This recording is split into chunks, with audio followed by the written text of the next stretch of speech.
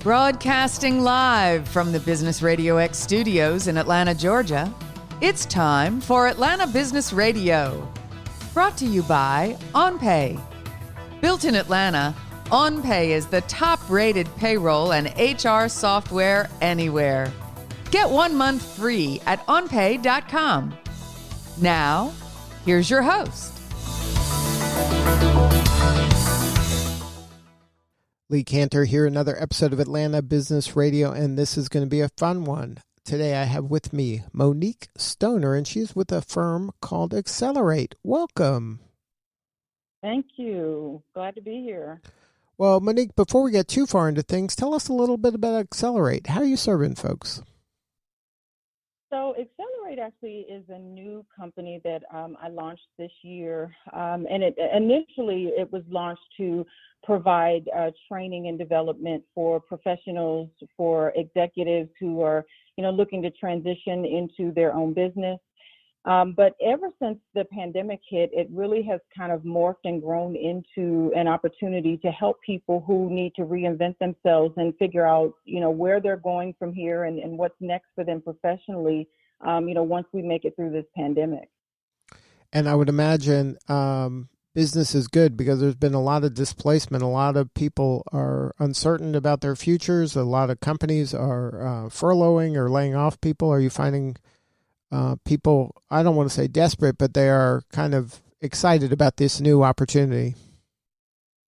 They're excited, but, people are also just kind of, they're uncertain about the future and they're wondering, what's going to happen and, am I going to be okay? And so what I really am happy to be able to do is to give people hope and to let them know that even though there are layoffs, there are a lot of people, millions of people being furloughed, there are certainly some opportunities that are still available. There's an entire network that I guess you and I will talk about today that people can tap into. So let's talk about it a little bit. These are some people or maybe have come from a corporate background and this is their first time doing this kind of project-based work, working for multiple clients. Can you talk a little bit about how that's going to play out for them? Absolutely. So, a lot of people have probably heard the term gig economy, but didn't really know exactly what it meant or what it is. And so for anyone who's in any of these categories that, who've been affected by COVID-19, even if you are not laid off as an employee, maybe you're self-employed, you're a solopreneur, and right now you're struggling to keep your one woman or one man business afloat. The gig economy is definitely an option for you. So, despite how grim things may look, there are a lot of options for online talent markets or online expert platforms. And those platforms offer some remote work opportunities. Now, for anyone who's not familiar with the gig economy, this is something that really started as a result of the last recession back in 2008 and 2009. And it's really a unique labor market because it was started out of the need for people to generate an income from short-term tasks or these small projects. So it began, over 10 years ago, but it has evolved into this much bigger open talent market where people can basically sell their talent, their knowledge, and their expertise in non-traditional work arrangements. So that means they're not necessarily going to be employees of a company, but they could be contingent workers, and they can offer their expertise, anything from administration to, if they're in finance.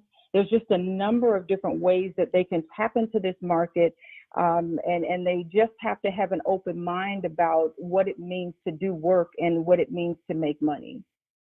So now, how does an individual find the right talent platform to match their skills? So that's a great question. There are a lot of platforms right now. There's probably over 100. And they range in options from those that focus on the more general skilled labor, such as, virtual assistants or call center support staff, all the way up to the highly skilled subject matter experts, such as anyone who's a financial analyst, if you're a technology expert or a strategy consultant. So if you do a Google search, which anyone can do, you can start a Google search on talent platforms, and you're going to get a whole bunch of different ones that come up. But you have to really find the ones that fit your area of work or your area of expertise. Now, most people know some of the ones that have been around for a while, such as Upworks or Fiverr. But there are a lot of new platforms, such as Expert Connect, CrowdSite. There's one called Catalent, Remote Work, and FlexJobs.com. I actually have, if people who don't want to, take the time to do this, because it can be time consuming for them to do this Google search. But I do have a free guide that I offer to people that will give them an overview of, how the talent platforms work. And it also helps them to access a directory that gives them access to about 80 different platforms, and it's called the New Gig Goldmine. So if anyone's interested, they can actually email me at info@moniquestoner.com, and we'll get that guide out to them. But and we'll go back over that, and give them that information at the end. But just to give a little more detail about it, there's also a few Big Four firms that now offer their own open talent networks, such as Deloitte and EY. So if you're someone who has specialty skills, if you are someone who can develop marketing strategies, you can help to do assessments within an organization and audits. I mean, there's just a number of things you can do. I mean, the sky really is the limit right now to sell your expertise, as long as you tap into the right network. Because the networks themselves, they actually already have the relationships with a number of different companies. They have relationships with new startups that have the capital to support gig workers. And there are also mid to large companies that are all looking to tap into this network and to bring in people who are not going to be full-time employees, but who have the skills and abilities that they don't currently have within their workforce. Now, is this one of the things that you should, once you kind of say, okay, I'm going to do this now and I'm going to be proactive, I'm going to take these steps, should I connect on like every single platform that is appropriate for me, or should I just pick a couple and then, try to just kind of play that out for a little? What strategy would you use if you're kind of new to this? So I recommend that you don't apply to all of them or any more than, I would say, at least 3 platforms to start with. If you've never done contingent work, any type of temporary work, I would recommend maybe just starting with one. But for those who are, a little bit more skilled at freelancing, you could probably handle 3. And there are a few things that you need to consider when you're looking at these platforms. Number one is that some of them are free, but not all of them are free.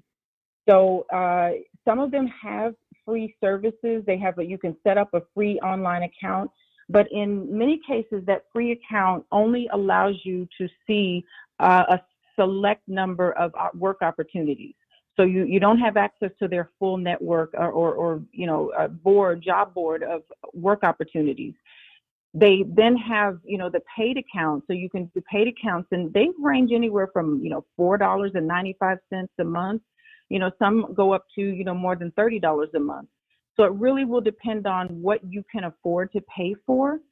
And it depends on the type of work that you're looking for. So as an example, if you're someone who says, what I really want is just to have a temporary work arrangement and work in a role where I would, function as a quasi-employee, so I'm a contractor, but I'm doing a regular job every day. Most of those job boards or those talent networks, they do have, the $4.95 or even $6.95 a month fees. And you can log on, you can sign up, create your profile, and then you get access to all of their open opportunities. If you're someone with higher skills, you want to work maybe with one of the Big Four, or you want to work for a larger firm and offer your services on some of these more, bigger projects, a lot of them do not have fees assigned to them, so you don't have to set up a paid account. But you are going to have to set up a profile, and then you have to be prepared to be screened. So they're going to screen you. They may have, a couple of people to talk to you, and just to make sure that you are the expert that you say you are. So just be prepared, for that kind of rigorous screening, depending on the type of expertise that you're offering. And then last, I would also say that for some of the ones in between, so you've got, kind of the moderate level skill, if you're a writer, if you're a technical writer, if you are a creative, graphic designer, or someone maybe who is a coach. A lot of those platforms that are kind of in between, they have it set up to where you don't have to pay a monthly fee, but you do have to be prepared to set your own fees for the services that you offer. And you have to be able to negotiate contracts, because they'll allow you to actually talk directly to the companies themselves about the work they need. And then you can you have to be prepared to negotiate the rate and the fee. And then the platform is going to take a percentage of that fee once you get paid. And so I'm also available to help people. And we have some resources available for people who've never done contract negotiation. And we've got some templates that can support that. Now, what's a way that when you put your kind of name in the hat here, or kind of set a profile up on one of these platforms, and is there any strategies that can help you stand out so that you are the one that people kind of gravitate toward, or at least have a conversation to learn more about your skills?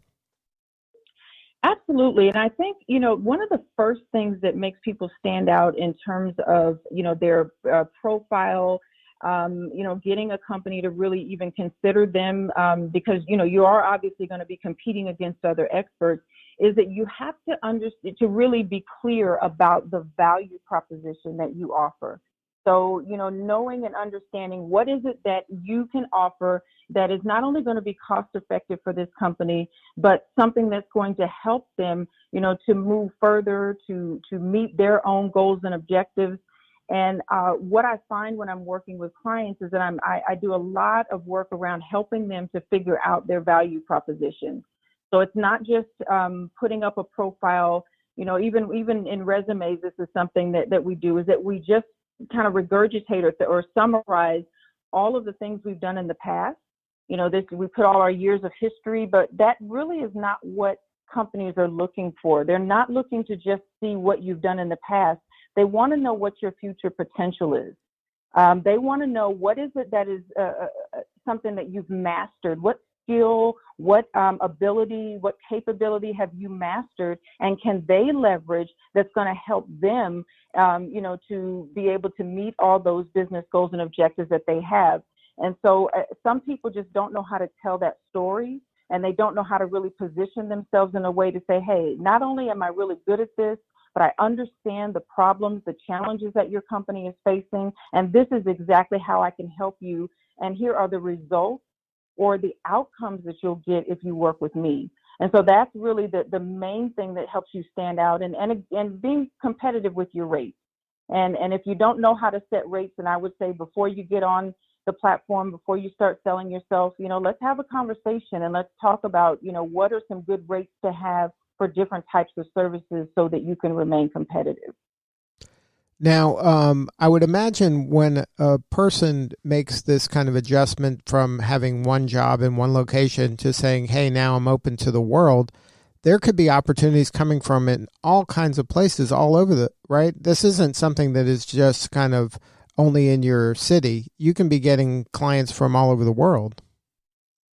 Absolutely. And that's the beauty of having this open talent market, is that people can begin to work with companies, not just locally, not just in their own backyard, but they can work with companies across the world. They can, a lot of other countries actually, are in this talent market, and they're actually on these sites looking for people who have certain talents. And so they may come, even if you're not actively looking, if you have a profile, they may find you and reach out to you. So you have the opportunity not just to work with companies around the world, but you have the option to work with more than one company at a time. And that is the reason why some people who jumped into the gig market, back in 2008 and 2009, they ended up making this their new way of life, because they found that they liked this platform and this way of working a lot better, because they can make more money and they're not necessarily tied to doing this just for one company. So, that is something that, obviously we all want to have multiple streams of income and make as much money as we can, maximizing our skills and expertise. But the only thing I caution people about is, when you do that, what you have to do is make sure a couple of things. Number one, that you're disciplined enough, as a self-employed individual, that you can manage all the administrative aspects that go with working for more than one company. That you have good time management, and that you're pretty well organized. So, for each service that you offer or the projects that you're working on, you understand the time that it takes you to do that for one client, and then you can manage your time to do that for 3 or 4 different ones. And if you're able to work that out, that you can really kind of write your own ticket in terms of the money you make. And you can make as much money as you want to make in a quarter, and then go vacation and sit on the beach. Yeah, once the pandemic is over. Right. So you're now kind of in control, and you decide who you want as a client. You decide how much you want to work. You decide how much you want to get paid. I mean, you're kind of in the driver's seat in a lot of areas that historically you may not have been. Absolutely. And you're also not, because you're part of the supply chain. This is the interesting thing. You're when you do this type of work, you are part of the supply chain for that company or the companies that you work for, but you're not their employee. So you also have the freedom and the autonomy to, in some cases do work the way you would want to do it. The company doesn't necessarily dictate how it's done. They just know they tell you the outcome, the result that they want to see. So you have that freedom and that flexibility. The only exception is if you're in a contract worker position. So, contract workers in the gig economy are those who are actually fulfilling a role as an employee, but you're just technically a contractor. So in that case, you're working a regular job, but you're doing it from home, and that it's for just a temporary or a specified period of time. But even that gives you some autonomy in terms of how you complete the work. Now, Monique, if somebody wanted to learn more or get some help in this transition, is there a website? Yes, they can reach me at, MoniqueStoner.com. And we have some, there's some information on the website for them to, find out a little bit more about the different services, the programs, and even some sessions. What I found lately is that I'm doing a lot of just, initial strategy sessions with people to just talk about what is the best approach for them before they step into the gig economy, and help them come up with a plan. They can inbox me or reach out to me even on LinkedIn, or through Facebook, and or again, you can email me at info@MoniqueStoner.com, and I'm happy to, respond. I have a group of people will respond to you. We'll even get you a gig guidebook, the free guidebook that will give you some of the information that I'm sharing today. Well, Monique, thank you so much for sharing your story. Congratulations on all your success, and you're doing a great job in helping people make this transition. And a lot of people are kind of feeling the stress of uncertainty, and this gives them at least a starting point where they can really kind of begin maybe a new part of their career. Absolutely.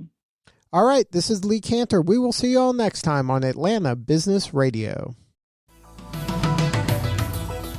Today's episode of Atlanta Business Radio is brought to you by OnPay. Built in Atlanta, OnPay is the top-rated payroll and HR software anywhere. Get 1 month free at onpay.com.